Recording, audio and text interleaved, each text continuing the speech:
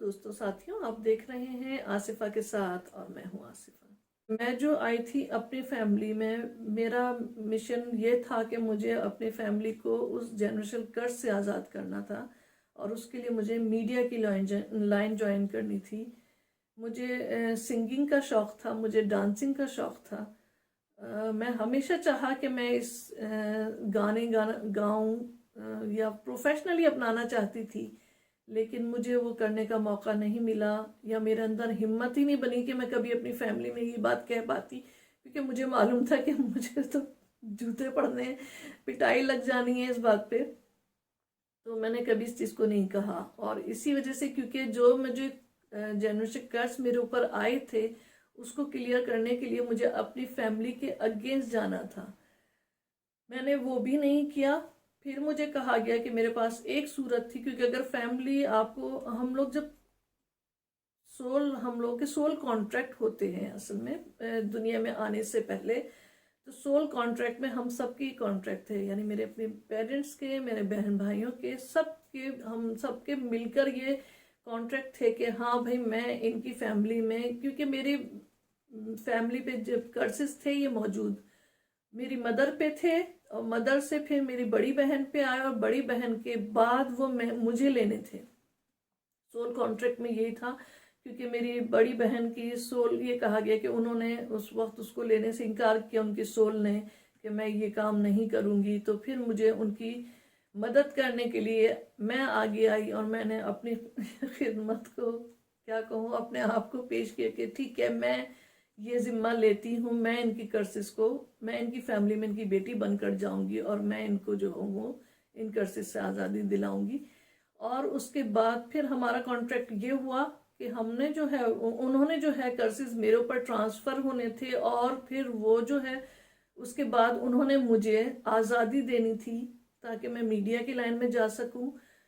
मैं मीडिया की लाइन में, अगर सिंगिंग नहीं, मैंने चाहा मैं सिंगिंग नहीं तो वरना मैं ड्रामे करना चाहती थी। मैं सोचा अच्छा इसकी भी इजाज़त नहीं मिलेगी बिल्कुल भी, मीडिया की लाइन को तो हमारे बहुत ही बुरा प्रोफेशन समझा जाता है। फिर मैं चाहती थी कि चलो मैं न्यूज़ ही पढ़ लूँ और कुछ नहीं तो, लेकिन वो भी मेरी हिम्मत ही नहीं बनी कभी, कि मुझे मालूम था कि मुझे इजाज़त ही नहीं मिलेगी, तो मैं वो भी नहीं कर सकी। फिर सोल कॉन्ट्रैक्ट पे मुझे बताया गया कि सोल कॉन्ट्रैक्ट पे ये कॉन्ट्रैक्ट था हमारा कि अगर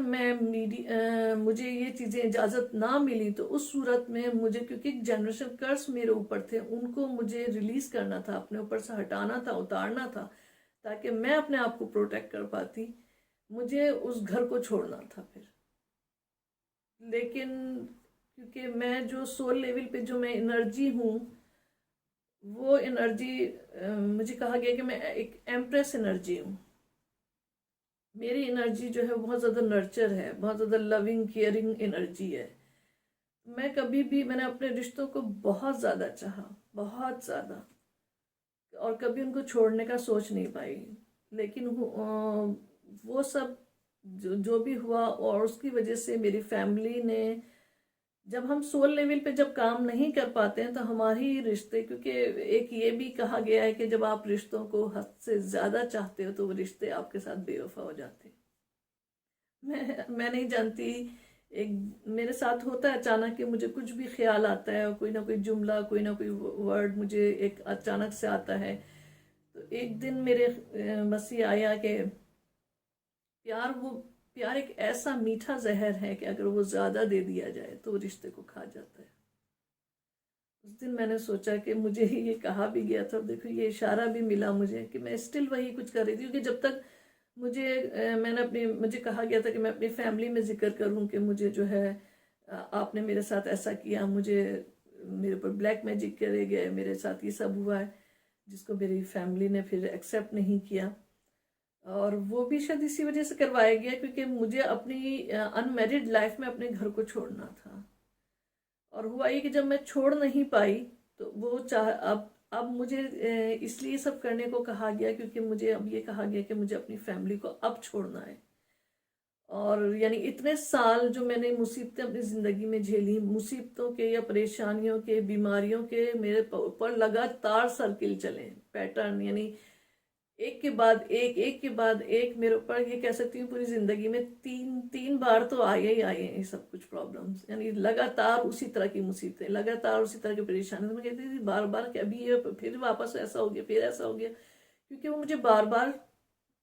मुसीबतें डाल के या परेशानियां या बीमारियां डाल के एहसास कराया जाता है कि तुम्हें मतलब जागो और तुम इस सब से निकलो, लेकिन मैं निकल ही नहीं पाई कभी। मैं उसी उसमें उलझी रही हूँ, जिम्मेदारियों में उलझी रही, कभी इस चीज़ को नहीं सोचा कि ये सब क्यों हो रहा है मेरे साथ।